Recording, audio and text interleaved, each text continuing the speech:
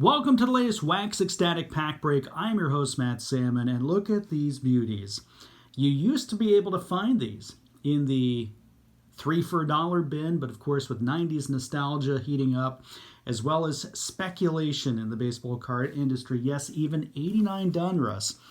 A little harder to find, but I've got 3 packs here. I've got a couple more from the lot that I purchased that we'll be putting up for grabs, along with some extra goodies I've picked up recently.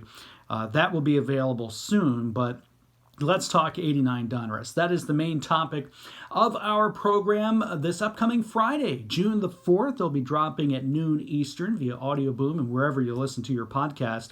And this was, as we've had in the most recent couple of shows, this was one of those sets that fans really love. And it's a set that, even though it has a lot of great details behind it, once we did our first show on the set way back in 2016, we just kind of moved on from it.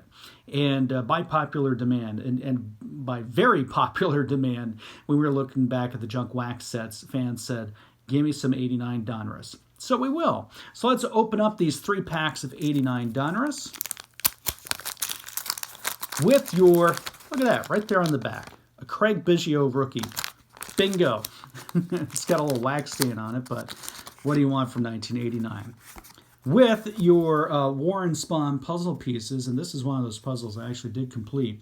Now, another Houston Astro to start us off here. We've got Billy Hatcher, future Major League coach. Now, let me just separate this here. Let's take a look at the Billy Hatcher card. This is a great shot of what 89 Donruss was. A very simple work of art, which I think in 1989, probably not a lot of attention was given to the set for a couple of reasons. One, you had the new releases of Upper Deck, which of course was a premium base set, and Bowman, which was a stripped down base set. It was supposed to be a nod to the legendary 53 set. Didn't go over well with collectors. So at that point in time, you've got 6 cards that are being produced, 6 sets that are being produced. You've got Upper Deck, Bowman, Topps, Fleer, Donruss, and Score. So this is starting to get kind of lost in the crowd a little bit. But even though it didn't have a whole ton of fanfare, this was a very special set. And I'll discuss more of my own personal experience with this in our podcast. But just taking a look at this Billy Hatcher card. So you've got the majority of the card, I'd say about 80% of it, devoted to a player picture. The clunky Donruss logos of the mid to late 80s down there in the lower left-hand corner. Nice full-color team logo up here in the upper right. Player name in this little rainbow gradient here up top. And I'll show you what's neat about that with our next card in just a moment. It actually kind of works out perfectly with the Tequila Sunrise rainbow stripes here, the Houston Astros uniform then. But you've got the matching gradient up here and down here. Let me bring it a little closer here, get it in the light just a little bit. You'll also see this gray with small black stripes there in the middle. Very subtle, but very sharp, very simple, yet very colorful. Flip it over on the back, we have this kind of goldenrod orange back here. Very typical of Donruss baseball cards in the 1980s. Card number in the baseball up here, player name up here, recent Major League stats here, and then career highlights and personal information there. Very basic, a formula that was pretty much untouched since 1985, other than just the color of the card, and they would continue with this look through 1991. Now, what's neat about that color gradient, as I pick just the next card here, we've got the Donruss Diamond King, Mike Greenwell here, the Boston Red Sox, and you put these 2 cards together, and look at that. Like, you've got this, rainbow gradient continuing here, green through blue into purple and kind of a light purple there.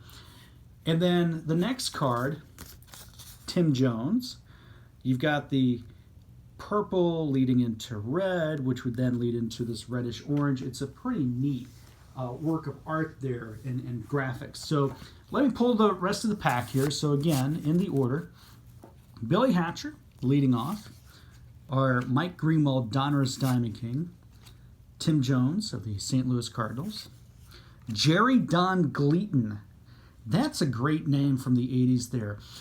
That is a name where if you have a little bit of saliva in your mouth, you're accidentally spitting on someone. Jerry Don Clayton. Larry Sheets, the bed, with the Baltimore Orioles there. Kevin Blankenship, damn glad to be there with the Chicago Cubs. Roger Clemens, there's your Hall of Famer All-Star right there. Ricky Horton of the LA Dodgers. Jeff Reed, wearing the nerd glasses there, goodness, with the Cincinnati Reds. Todd Benzinger, recently talked about him in an episode there with the Boston Red Sox. Gerald Clark of the San Diego Padres. Wes Gardner of the Boston Red Sox. Speaking of Hall of Famers, look at that. Mike Schmidt with the Philadelphia Phillies. Of course, he was coming off a retirement there. Just an impressive card there. And this is where, again, I've complained about this a lot. This is where the recent Major League performance just absolutely stinks. And it says right here, look at the career numbers here. Let me see if I can get it in focus here. Future Hall of Famer. This stat, that stat, this stat, that stat. Well, if he's a future Hall of Famer, show all of his numbers. Come on. Juan Berenguer and the big card there.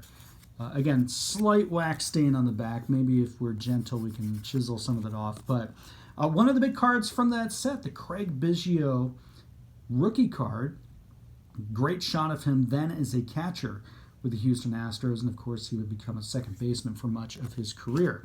All right. Hey, Clemens, Schmidt, Biggio. That's not a bad start. Let's see what else we got here. Pack number 2.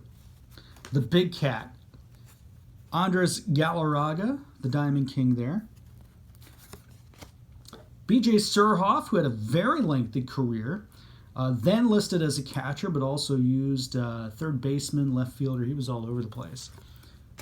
Craig Worthington of the Orioles. Mike Henneman of the Tigers. We've talked about him. Brian Holton of the Dodgers. Louis Aguayo of the Yankees. Mel Hall, Cleveland Indians. Stan Javier popping up there with the Oakland A's. Bob Forsch of the Houston Astros, looking deadly serious in that shot. Terry Pendleton with the St. Louis Cardinals. What's that patch he's got there? I gotta look at that. I gotta look at that patch in greater detail. I've never seen that one before. I'll see if I can figure that out before we get our podcast on. So there's Terry Pendleton. Tony Armas with the California Angels. Very underrated slugger for the team at that time. Although you have to go back a few years to where he had his greater years.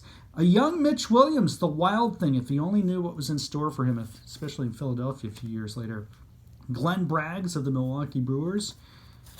We've got Dave Schmidt of the Baltimore Orioles.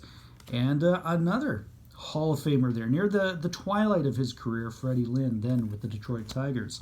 All right, last but not least, pack number 3. What have we got in here? Let's see. Starting off with Steve Farr of the Kansas City Royals. Edgar. Look at that beauty. That is a Hall of Fame card in so many aspects. Let me flip that over real quick here. Look at that beauty. And here he is playing his natural position, third base, before a devastating knee injury a couple years later would make him a DH pretty much for the rest of his career. Fernando Valenzuela, we've talked about him in a recent show. Dave Palmer of the Philadelphia Phillies. One of the awesome star cards. You stockpile these, admit it. Hensley Mullins, no major league record. This was one of the big rookie cards. He had a rated rookie card in the 91 set. Didn't quite pan out. I'm sure we'll talk about him in the show. May every relationship you have in your life be represented by the dreamy look that Herm Winningham is providing this photographer with the Cincinnati Reds. Mike Flanagan, looks like he's taking a nap there with the Toronto Blue Jays at that time. Willie Frazier with the California Angels. He'd later join the Blue Jays. Hubie Brooks, looking at somebody as if he's saying, Yep, I was in the Gary Carter trade. You don't have to bring it up again. Thanks. Another Andres Galarraga Diamond King. Let's see if we've got some repeats here. No. Big rated rookie for the time, Sandy Alomar Jr. Of course, eventually Roberto Alomar would become the more famous of the Alomar brothers. Nowadays, the more famous of the Alomar brothers for all the wrong reasons. But if you pulled this card in 1989 and you kept it in good shape, 1991, 92, it was worth a few bucks. Oh, the Diamond King checklist. I mean, who doesn't like the Diamond King checklist? Although you would always get the nice little breakdown of what the Donruss Diamond Kings were. Charlie Lee with the Twins.